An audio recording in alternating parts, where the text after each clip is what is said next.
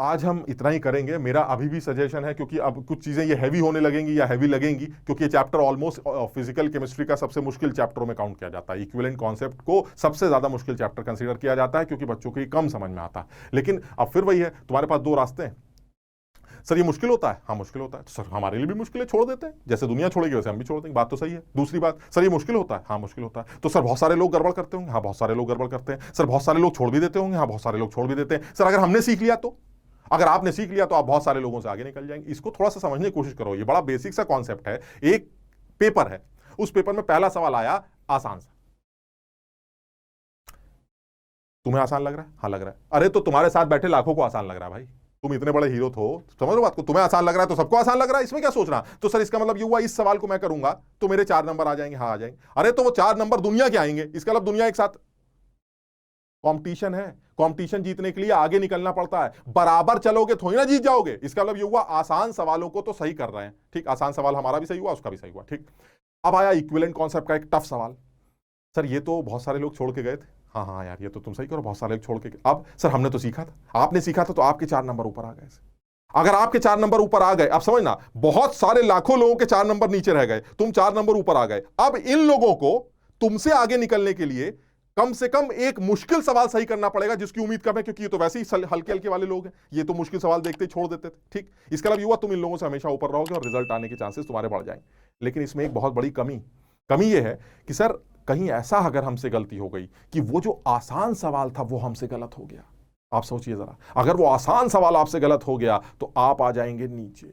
और अगर आप नीचे आ गए और ये लाखों लोग आपके ऊपर आ गए, तो अब इन लोगों के सर पे बैठना आपके लिए मुश्किल हो जाएगा। क्या सीखा ये कि आसान तो गलत करना ही नहीं है, और कहीं गलती से मुश्किल सीख गए तो दुनिया के सारे लोगों के ऊपर बैठा जा सकता है, रिजल्ट में ऊपर की रैंक ली जा सकती है। इसका मतलब ये हुआ हमारी जो तैयारी होनी चाहिए वो किस तरह की होनी चाहिए कि आसान चीजें या जो सीखी जा सकती है उनको तो सीखना, उनमें तो कोई गुंजाइश ही नहीं है। मतलब समझ ना आप उसमें, अरे सर गलत कराए, बेवकूफ हो तुम, गलत कराए तो तुम अब सेलेक्ट भी नहीं होने वाले, समझो बात, वो तो गलत करनी ही नहीं है, उसमें तो कोई गुंजाइश ही नहीं।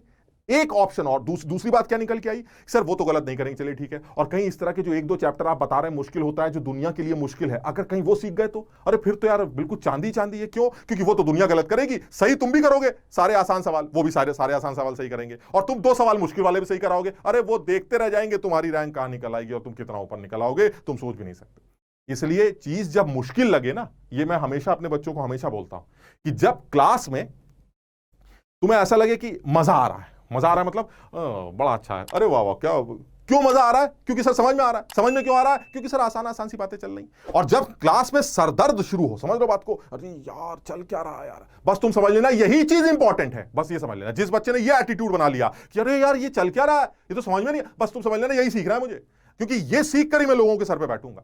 हल्की हल्की चीजें तो दुनिया सीख लेती हैं, हल्की हल्की चीजें तुम्हें पढ़ाई भी गई हैं, पढ़ाई भी जा रही हैं, आगे भी पढ़ाई जाएंगी, मुश्किल भी चीज कराई जाएंगी। लेकिन जब मुश्किल चले तो वो उस टाइम अलर्ट होना पड़ेगा, अरे बिल्कुल, अरे ये तो सीख, क्योंकि तुम्हें ये ख्याल आना चाहिए उस टाइम पर कि जो बाकी बच्चे ये सब चीजें सीखते होंगे तो वो क्या, उनका क्या बिहेवियर रहता होगा। माय गॉड क्या चल रहा है यार, ये तो भाई कुछ समझ में नहीं आ रहा है, ये तो बड़ा मुश्किल है यार, क्या करें। कितने नंबर का सवाल आता है सर? 4 नंबर का आता है, 8 नंबर का आता है। सर छोड़ दे तो छोड़ सकते हो, 4, 5, 8 नंबर से कोई फर्क नहीं पड़ेगा। सर छोड़ दो ना सर, कहाँ समझ में आएगा इतना मुश्किल, और अभी तो शुरू हुआ है, छोड़ो सर।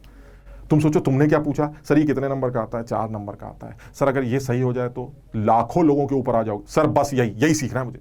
बल्कि उस टाइम बिल्कुल अलर्ट हो जाओ जब तुम्हें लगे कि समझ में नहीं आ रहा। बस मेरा कहना यह है कि जब समझ में आएगा तो मजा भी आ रहा होगा। जिस टाइम पर समझ में आना बंद हो जाए, क्यों? क्योंकि वो मुश्किल चीज है, उस टाइम अगर वो बंद हो तो अपने आप को इस तरह से जगाओ कि नहीं नहीं नहीं, मुझे सीखना है भाई, क्योंकि यही तो मुझे सिलेक्ट कराएगा, यही तो मेरी रैंक टॉप 100 में लेके आएगा। इसलिए कोशिश करो कि मुश्किल चीजों के टाइम पर जब आपको ये लगने लगे अरे बस समझ लेना, ना ना ना, ऐसा लग ही नहीं सकता मुझे, पानी वानी पियो, मुंह पे पानी मारो और पढ़ो उसको सीखो, क्योंकि वो तुम्हें बहुत ऊपर लेके जाए। तो मेरी इस बात से मैं आज की बात खत्म करता हूं।